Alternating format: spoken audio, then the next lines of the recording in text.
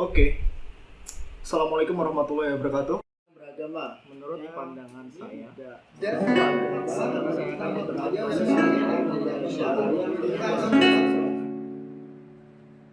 pada kesempatan kali ini kami akan mencoba membahas tentang topik yang sedang booming-boomingnya. Apakah agama adalah sebuah teori konspirasi? Kenapa kita ingin membicarakan topik ini? Latar belakangnya adalah beberapa waktu yang lalu ada seseorang yang diwawancarai di stasiun televisi yang mengatakan, saya coba kutip secara utuh biar tidak terjadi fitnah ya. Kalimatnya adalah, jika Anda, gini, saya balik lagi ke pola pikir ini ya.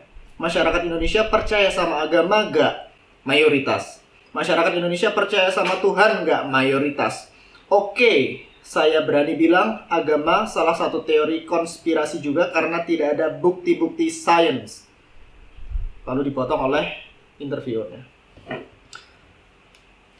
Tanggapan yang pertama adalah,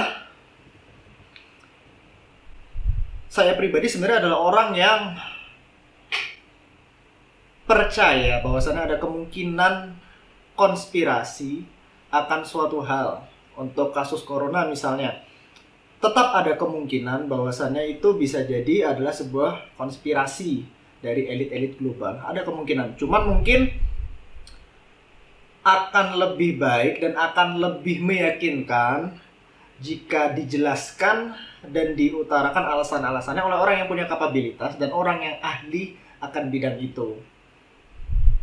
Tanggapan yang kedua adalah, poin yang kedua adalah, yang jadi masalah di sini adalah ketika orang tersebut menyinggung dan mengkait-kaitkan masalah konspirasi dengan agama. Yang mana kalau kita lihat dari KBBI, sebenarnya konspirasi itu apa sih? Konspirasi menurut KBBI adalah artinya persekongkolan atau komplotan orang dalam merencanakan sebuah kejahatan yang dilakukan dengan rapi dan sangat dirahasiakan. Pelaku konspirasi disebut dengan konspirator. Oke, jadi kalau ada orang yang mengatakan, saya berani bilang agama salah satu teori konspirasi, berarti secara tidak langsung dia mengatakan agama salah satu teori persekongkolan atau komplotan orang dalam merencanakan sebuah kejahatan yang dilakukan dengan rapi dan sangat dirahasiakan. Agama adalah suatu persekongkolan atau komplotan orang dalam merencanakan sebuah kejahatan yang dilakukan dengan rapi dan sangat dirahasiakan. Statement tersebutlah yang jadi masalah. Kenapa menjadi masalah? Ketika ada orang yang percaya bahwasannya agama adalah konspirasi atau Tuhan itu tidak nyata, seakan-akan orang tersebut merasa logikanya, pengetahuannya paling tinggi lah. Padahal sebenarnya faktanya tidak seperti itu. Oke, Stephen Hawking ateis. Oke. Tapi bukan berarti orang yang percaya agama adalah hampir semua orangnya tidak didasari oleh ilmu pengetahuan dan sains. Nggak semuanya. Bukan nggak semuanya, bahkan banyak banget orang yang percaya agama, bahkan menjadi dai, itu adalah orang yang logikanya kuat, yang ilmunya tinggi, yang selalu menjelaskan sesuatu based on science. Dari sekian banyak ulama-ulama atau pendakwah hebat yang secara ilmu luar biasa, secara logika luar biasa, dan didasari dengan sains yang ada tadi tidak didasarkan dengan sains ya. Satu aja dari contoh yang tidak terbatas adalah Ustadz Adi Hidayat di Indonesia. Ustadz Adi Hidayat itu meskipun usianya masih muda, beliau, kita akuin aja deh, orang yang cerdas banget. Itu nggak bisa dipungkiri, itu fakta. IQ-nya aku yakin jauh di atas rata-rata.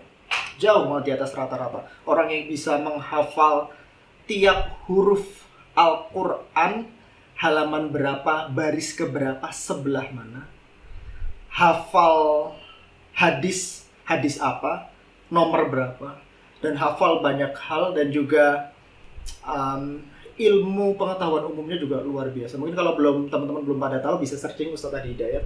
Beliau pintar banget. Salah satu aja dari sekian banyak contoh bahwasanya tidak semua orang yang percaya agama itu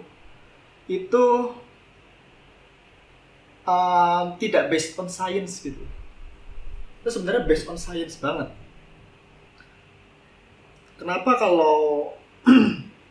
Kenapa orang-orang terutama di dunia barat saat ini mengatakan agama itu tidak berdasarkan sains, tidak ada fakta-faktanya.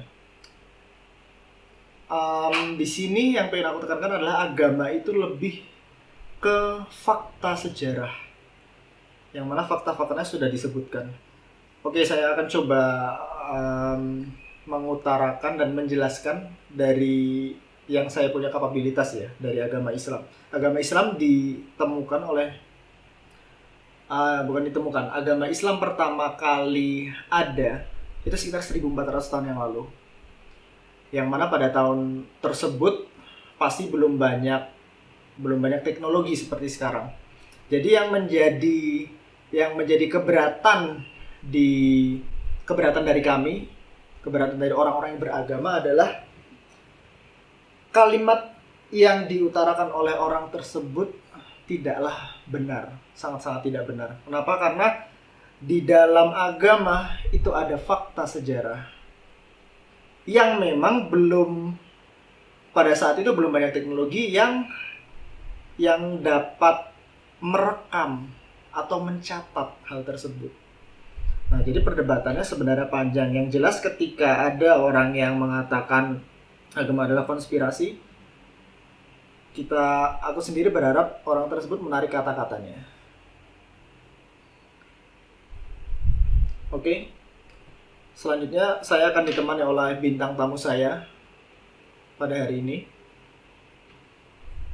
Silakan bintang tamu.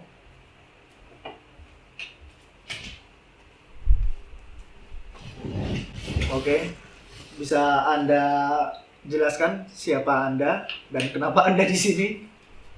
Silakan, waktu dan tempat saya persilakan. Nama saya Sering. Saya adalah pecinta konspirasi. Bisa dilihat? Saya dari dulu suka konspirasi ya. Coba dideketin, coba tulisannya. Okay. Saya suka konspirasi. Oke. Dan ini semua corona itu konspirasi semua karena terlalu banyak sebuah kebetulan dari apa ya kita bilang media-media kita itu terlalu melebih-lebihkan gitu. Oke, Anda punya bukti? Buktinya ini teman saya di Jember.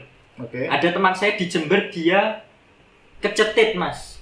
Dia kecetit, dia disuruh ke rumah sakit, dia disuruh rapid test gitu mas. Oke. Ini kan aneh sekali mas ini. Aduh, itu mas ditambah-tambahin mas bentuk pasiennya mas. Oke.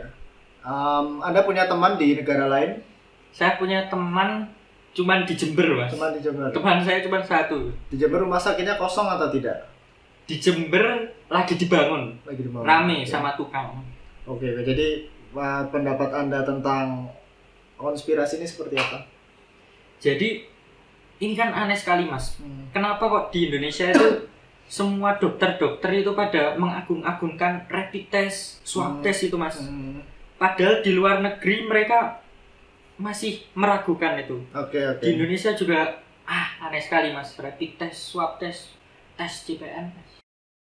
Oke, berarti Anda tidak mau tidak mau tunduk pada WHO ya?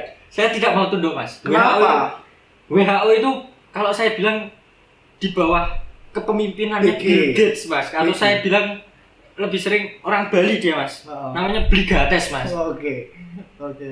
Jadi Anda tidak mau tunduk kepada WHO? Enggak mau mas WHO. Saya tunduk cuma sama Jokowi mas. Oke, sama Jokowi sama Pak Terawan ya. Sama Pak Terawan. Percaya sama mereka? Saya percaya, tapi Pak Terawan itu dia tidak boleh ngomong mas. Oke.